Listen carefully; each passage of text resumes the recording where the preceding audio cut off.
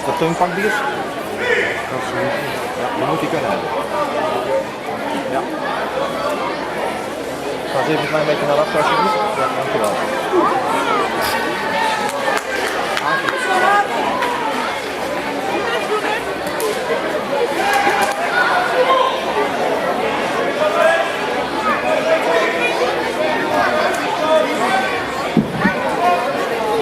En is er bij de hoofdjury afgegeven het wielerpaspoort van Thijs Legijn.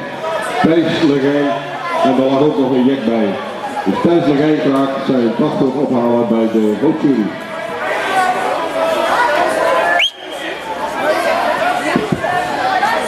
Adam Zarouti van Blima Arassi naar mat nummer 5.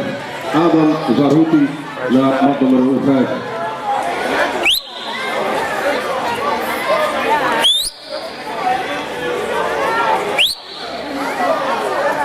Goed voor je camera bij.